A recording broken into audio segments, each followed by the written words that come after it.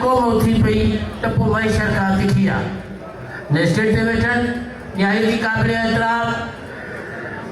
मोहतरम गुलाम रसूल महर सदर पेटीएम सिंध उनकी कैबिनेट इन स्टेट ते वेठल न्यायाधीश काबिल एतराम मोहम्मद रफी जवाहर साहब अगुन सदर पेटीएम सिंध इन स्टेट ते वेठल न्यायाधीश काबिल एतराम अगुन सदर साईं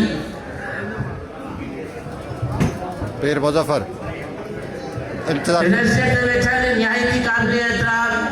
सिंध जो अगुन पेटीएम जो सदर साईं इंतजार चलगिरी साहब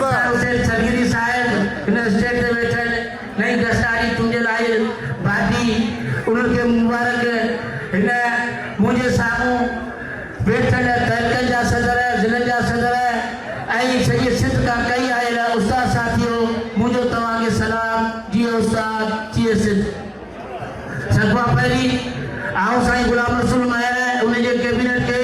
मुबारकबाद थो पेश करियां इलेक्शन हिकिड़ो ज़िंदगी जो हिसो आहे उनमें हार ऐं जीत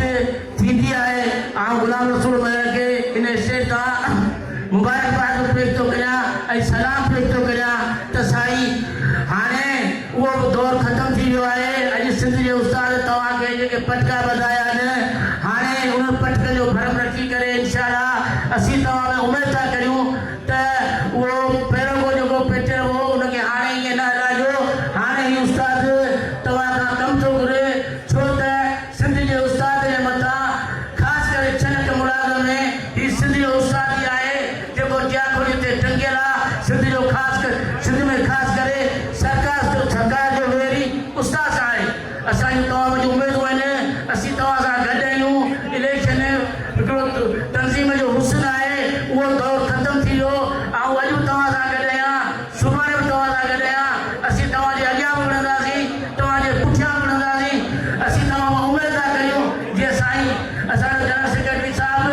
ऐलान करे वियो आहे त असीं उमेद था करियूं त इंशाअल्लाह जेतिरो थी सघे जल्द हीअ असांजी नई चूंडियल पार्टी आहे उहा तहरीक जो ऐलान कंदी रहियो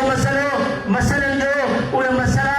असीं वर्किंग कमेटी में पेश कंदासीं हीअं असीं सिर्फ़ु तव्हांखे मुबारक ॾियण आया आहियूं त साईं गुलाम रसूल असीं अॼु बि तोसां गॾु आहियूं असीं कल्ह बि तोसां गॾु हुआसीं हिन सां गॾोगॾु ऐं हुते नई चूंडी आयल पार्टी अहवान साहिब ऐं पवार साहिब असांजे लाल जे लाॾे गुलाम कादर पार्टीअ खे बि मुबारकबाद थो ॾियां त साईं हाणे महिरबानी करे ईअं न थिए कि सुभाणे आवाज़ जो हाल बि जीअं असां वटि इलेक्शन करण खां पुठियां दोस्त जेको सुभाणे न परीहं वरी ॿियो पेट्रोल जो हेॾो ठाहे वेठा आहिनि इहो ईअं न थियणु खपे गस्ता खे बचायो हे ॿई बरादर तंज़ीमूं आहिनि असीं उमेद था करियूं असीं तमामु घणी कमियूं उमेद था करियूं त साईं गुलाम रसूल ऐं अहवान साहिब गॾिजी हिकिड़ी ज़बरदस्त तयारी कराईंदा असीं उनजो हिसो हूंदासीं उस्ताद ताज ज़िंदाबाद पेटीएम ज़िंदाबाद ऐं दफ़ो उन्हनि दोस्तनि जो शुक्रगुज़ार आहियां जेके दोस्त कल्ह असां सां इलेक्शन जे प्रोसेस में मूंसां गॾु हुआ ऐं उन्हनि जो शुक्रगुज़ार आहियां जेके सॼी सिंध खां हिते कई आया आहिनि ऐं उन्हनि जो शुक्रगुज़ार आहियां ऐं दफ़ो साईं गुलाम रसूल महर ऐं संदसि कैबिनेट खे जेके असांजूं भेनरूं थियूं उन्हनि खे मुबारकबाद पेश थो करियां वॾी महिरबानी उस्ताद ताज ज़िंदाबाद पेटीएम ज़िंदाबाद वॾी महिरबानी वाह दुनिया वाह